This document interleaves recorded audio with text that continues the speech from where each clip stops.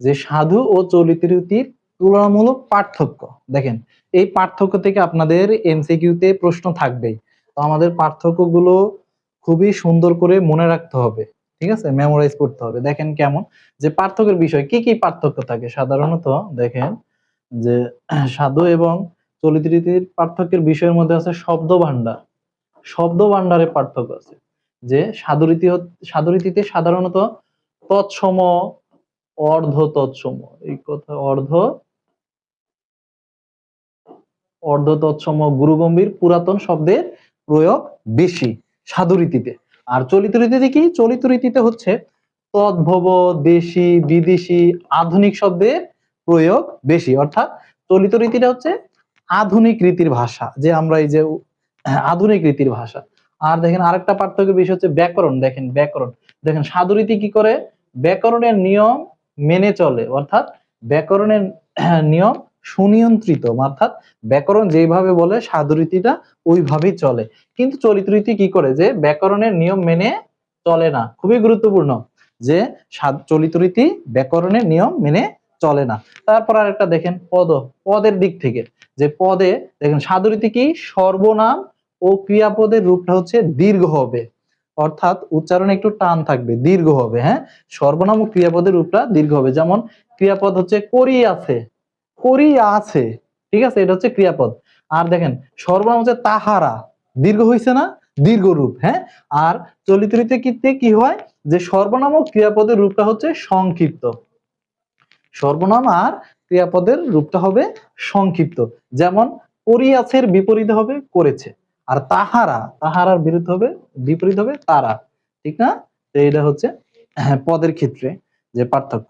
তারপরে দেখেন ব্যবহার যোগ্যতা, অর্থাৎ আমরা সাধু রীতিটা কোন কোন ক্ষেত্রে ব্যবহার করতে পারি আর চলিত রীতিটা কোন কোন ক্ষেত্রে ব্যবহার করতে পারি। দেখেন তো, যে নাটক, সংলাপ, বক্তৃতার অনুপযোগী সাধু রীতিটা, শুধুমাত্র লেখার ক্ষেত্রে সাধু রীতিটা ব্যবহার করা যায়।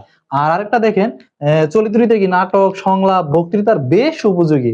সাধারণত আমরা এটাই করে থাকি, যে সাধু ভাষা, চলিত ভাষার মাধ্যমে আমরা উপস্থাপনা, বইয়ের ভাষা, কথা বলা, তারপর নাটক, সংলাপ, পত্রিকা, সকল কিছুর ভাষাটাই হচ্ছে চলিত রীতিতে হয়ে থাকে। আর সাধু রীতিটা শুধু আমরা লেখার কাজে ব্যবহার করতে পারেন। তারপরও আমরা হচ্ছে সাধু রীতিটা ওইভাবে ব্যবহার করি না। দেখা যায় যে উপন্যাস, ছোট গল্প, তারপর হচ্ছে যে প্রবন্ধ, এই ধরনের সাহিত্যে সাধারণত সাহিত্যিকরা এই সাধু রীতিতে লিখে থাকে।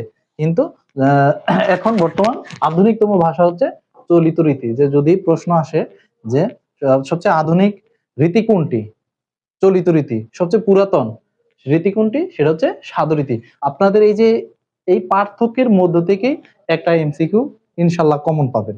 এটা খুবই গুরুত্বপূর্ণ টপিক। তো আরেকটা গুরুত্বপূর্ণ তথ্য আপনাদেরকে দিব, যে সাধু রীতির প্রবর্তক, খুবই গুরুত্বপূর্ণ, সাধু রীতির প্রবর্তক হচ্ছে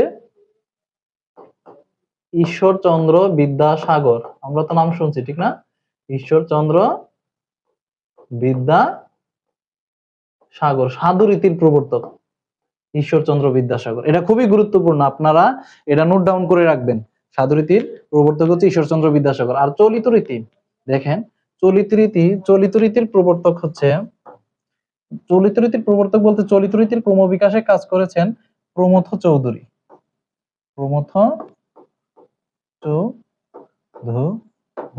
দেখেন এখানে খুবই গুরুত্বপূর্ণ তথ্য। হ্যাঁ, আমরা সাধু এবং চলিত রীতির পার্থক্যটা মনে রাখবো। এবং সাধু রীতির প্রবর্তক হচ্ছে ঈশ্বরচন্দ্র বিদ্যাসাগরকে বলা হয়। আর চলিত রীতির হচ্ছে ক্রমবিকাশ সবচেয়ে বেশি গুরুত্বপূর্ণ ভূমিকা পালন করে প্রমথ চৌধুরী।